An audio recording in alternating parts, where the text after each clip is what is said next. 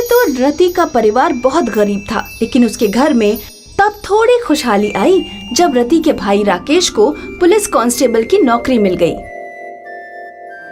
रति और उसके अम्मी अब्बू ने सोचा कि अब उनके गरीबी के दिन दूर होंगे और उन्हें अच्छा पहनने खाने को मिलेगा, क्योंकि नौकरी लगते ही रति के भाई राकेश के लिए जगह जगह से रिश्ते आने शुरू हो गए। राकेश तब खुशी से पागल हो गया जब शहर से एक दरोगा की बेटी का रिश्ता आया। अम्मी, कल पड़ोस वाली सीमा बुआ शहर से एक रिश्ता लेकर के आई हैं। लड़की के अब्बू कोतवाल हैं, सदका दहेज देकर हमारा घर भर देंगे। राकेश की अम्मी ने उसे समझाया, बेटा अपने जैसे बराबरी के परिवार से रिश्ता जोड़ना ठीक रहेगा। अमीर घर की नकचड़ी बहू आएगी तो वो ना तो तुम्हारी सुनेगी और ना हमारी। दरोगा को हमारी और हमारे परिवार की कोई फिक्र नहीं है, वो तो बस अपनी बेटी का निकाह तुम्हारी नौकरी से कर रहा है। और फिर अब जब तुम्हारी नौकरी लग ही गई है तो सदका दहेज लेकर क्या करोगे? तुम्हारे दिमाग में तो बिल्कुल अक्ल नहीं है। लड़की शादी हमसे करे या हमारी नौकरी से, बात तो एक ही है ना। और बड़े घर से हमारा रिश्ता जुड़ेगा तो हमारी ताकत भी बढ़ेगी कि नहीं, बोलो। राकेश ने खूब सदका दहेज लेकर अमीर घर की लड़की से निकाह कर लिया। राकेश की बीवी गौरी जब घर आई तो उसने राकेश के पूरे परिवार को एक कमरे में समेट दिया और पूरे घर पर अपना कब्जा कर लिया। कान खोल के सुन लो सब लोग, मेरा एक भी नया बर्तन, नए कपड़े, नया तौलिया, कुछ भी अपने गंदे हाथों से मत छू लेना। मेरे अब्बू ने दान जहेज मेरे इस्तेमाल के लिए किया है, तुम गंवारों के लिए नहीं। रति और उसके अम्मी अब्बू की जिंदगी पहले से भी बदतर हो गई, क्योंकि रति की भाभी राकेश को एक भी पैसा अपनी बहन और अम्मी पर खर्च नहीं करने देती थी। रति का कॉलेज पूरा होने वाला था। वो इस बात को लेकर बेहद परेशान थी कि वो अपनी फेयरवेल पार्टी में क्या पहनेगी। क्या हुआ बेटी, आज इतनी उदास क्यों हो? माँ, कल मेरी फेयरवेल पार्टी है, सब लोग अच्छे अच्छे कपड़े पहनकर आएंगे। मेरे पास ना तो कोई अच्छा सूट है और ना ही साड़ी। बेटी, अपनी भाभी से मांग कर देख लो, उनके पास तो बहुत कपड़े हैं।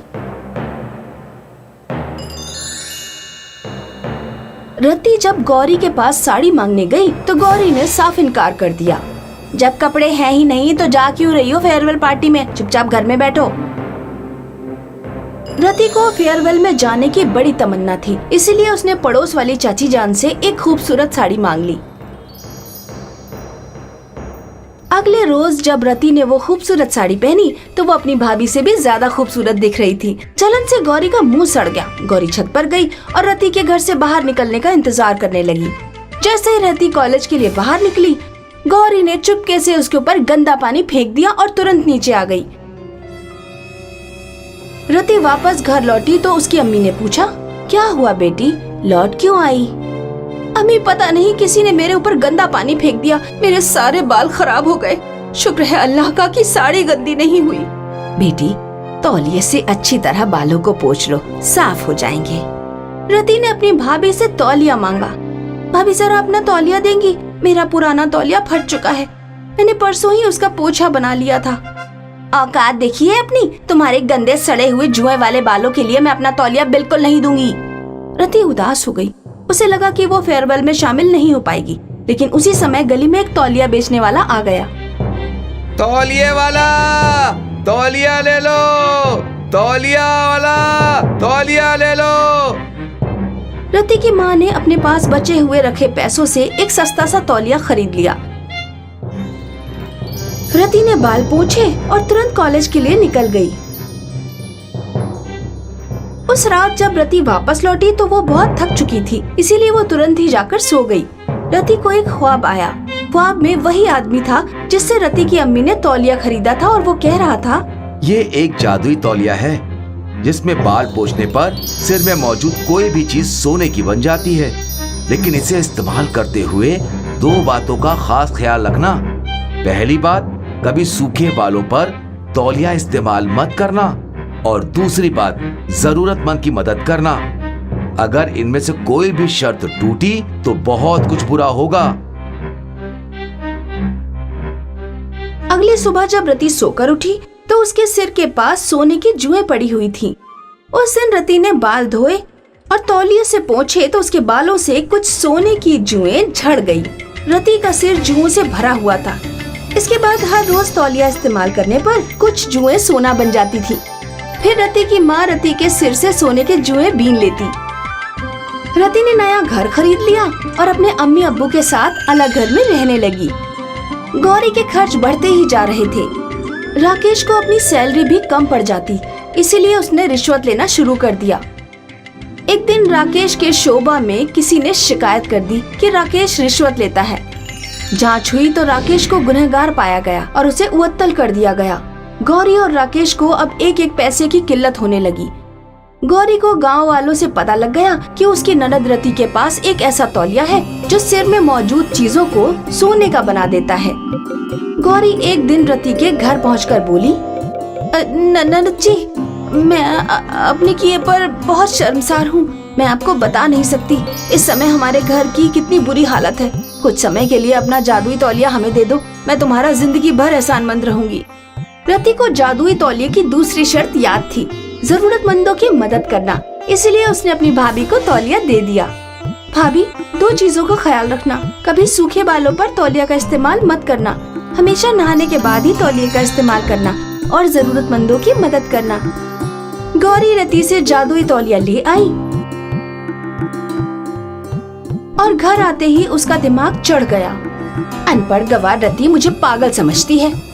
उसने जादुई तौलिया के साथ 2 शर्तें जानबूझकर जोड़ी हैं ताकि मैं दिन में सिर्फ एक बार ही जादुई तौलिया का इस्तेमाल कर पाऊं और उसके जितनी अमीर ना हो जाऊं। सोना पाने के लालच में गौरी ने अगले रोज नहाने तक का इंतजार नहीं किया। उसने अपने सर में बाहर से खटमल, जूं और कीड़े डाले और अपने सूखे बालों पर ही तौलिया रगड़ दिया। सूखे बालों पर तौलिए के इस्तेमाल करते ही गौरी के सारे बाल गायब हो गए। वो गंजी हो गई और फिर उसके बाल कभी नहीं उगे। कोई मेरे बालों को वापस ले आओ, कितने खूबसूरत बाल थे मेरे। एक वक्त की बात है, मनोहरपुर नाम का एक खूबसूरत कस्बा था जहाँ अमीना नाम की धोबन रहती थी। मीना की 2 औलादें थीं, जयंती और बाला। जयंती, साबुन खत्म हो गया है, हकीम साहब की दुकान से एक कपड़े धोने वाले साबुन की टिक्की ले आ। बाला, जा दुकान से साबुन की टिक्की ले आ। अंधी है क्या, दिखता नहीं? मैं बावर्ची खाने में हूँ और अम्मी ने तुझसे कहा है तू जाकर साबुन ले आ। मेरे बालों में मेहंदी लगी हुई है, आज मुझे बाजार जाना है, मैं नहाने के बाद तैयार होने जा रही हूँ। बाजार तो मुझे भी जाना है। तुम दोनों झगड़ना बंद करोगी या नहीं? आखिर बाला को ही उठकर दुकान जाना पड़ा। शाम को मीना अपनी दोनों बेटियों के साथ बाजार गई। जयंती एक चप्पलों की दुकान पर रुक गई। उसे दुकान में रखी गुलाबी रंग की चप्पलें बहुत पसंद आई। अम्मी, मुझे वो चप्पलें खरीदनी है। बेटी, इस वक्त मेरे पास पैसे नहीं हैं, तुम 1 महीने का इंतजार करो, दिवाली आने वाली है, बहुत सारे कपड़े धोने को मिलेंगे, फिर अगले महीने मैं तुम्हें चप्पलें दिला दूंगी।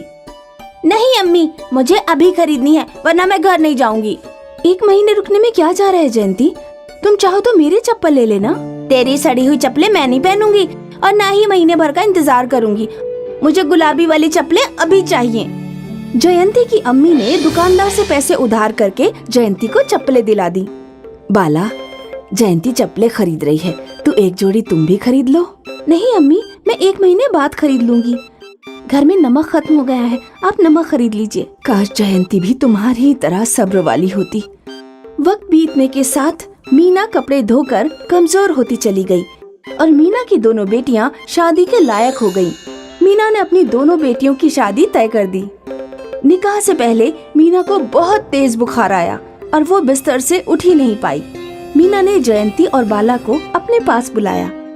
बेटी, तुम दोनों की शादी तक मैं जिंदा नहीं रहूंगी, मैं तुम दोनों को शादी का तोहफा देना चाहती हूँ।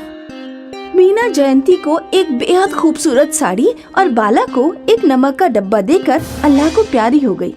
अम्मी ने मुझे इतनी खूबसूरत साड़ी दी है और तुझे एक नमक का डिब्बा। तू इसी लायक है।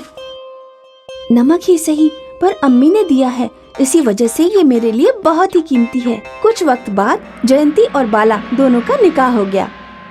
दोनों के शौहर घर दामाद थे। मकान के आधे आधे हिस्से में दोनों अलग अलग रहने लगे। एक दिन जब बाला अपने कमरे की सफाई कर रही थी तो उसे वही नमक का डिब्बा मिला जो उसकी अम्मी ने उसे दिया था। मैंने ये डिब्बा आज तक खोल करके भी नहीं देखा, इसका थोड़ा सा नमक इस्तेमाल कर लेती हूँ। जब बाला ने डिब्बा खोला तो डिब्बे में नमक के साथ एक पर्ची थी। ये कोई आम नमक नहीं है बेटी, इस नमक को कढ़ाई या किसी बर्तन में डालकर बर्तन को अच्छे से ढक देना और फिर 5 मिनट दिल में उस पकवान के बारे में सोचना जो तुम बनाना चाहती हो। 5 मिनट बाद जब तुम ढक्कन हटाओगी तो पकवान तुम्हें तैयार मिलेगा। एक बात का ख्याल रखना, ढक्कन 5 मिनट से पहले नहीं हटाना है। बाला ने अपनी अम्मी का तिलस्मी नमक इस्तेमाल करके देखा। उसने कढ़ाई में चुटकी भर नमक डालकर कढ़ाई को प्लेट से ढक दिया और 5 मिनट तक छोले के बारे में सोचती रही। 5 मिनट बाद जब उसने प्लेट हटाई तो कढ़ाई में गर्मा गर्म छोले तैयार थे। बाला का शौहर मकान बनाने वाला कामगार था। बाला ने अपने शौहर से कहा, आप मजदूरी छोड़िए और हलवाई बन जाइए। उसकी फिक्र आप मत कीजिए, मेरे पास अम्मी की दी हुई तिलस्मी नमक है। तिलस्मी नमक की वजह से बाला का शौहर हलवाई बन गया और अच्छे पैसे कमाने लगा। बाला के घर से जब रोजाना लजीज पकवानों की महक आती तो जयंती की लाट टपक जाती। बाला इतने अच्छे पकवान रोजाना कैसे बना रही है? एक दिन जयंती चोरी से बाला के गुसलखाने में जाकर छुप गई और उसने बाला को जादुई नमक का इस्तेमाल करते देखा। अच्छा, तो अम्मी ने तुम्हें तिलस्मी नमक दिया है और मुझे एक बेकार सी साड़ी पकड़ा दी है। ये नमक कुछ दिनों के लिए मैं ले जा रही हूँ। तुमने बहुत पकवान खा लिए, अब मुझे भी खा लेने दो। एक बात का खास ख्याल रखना जयंती, 5 मिनट से पहले प्लेट मत हटा देना। जयंती तिलस्मी नमक अपने घर ले आई और उसने पतीले में नमक डालकर पतीले को ढक दिया।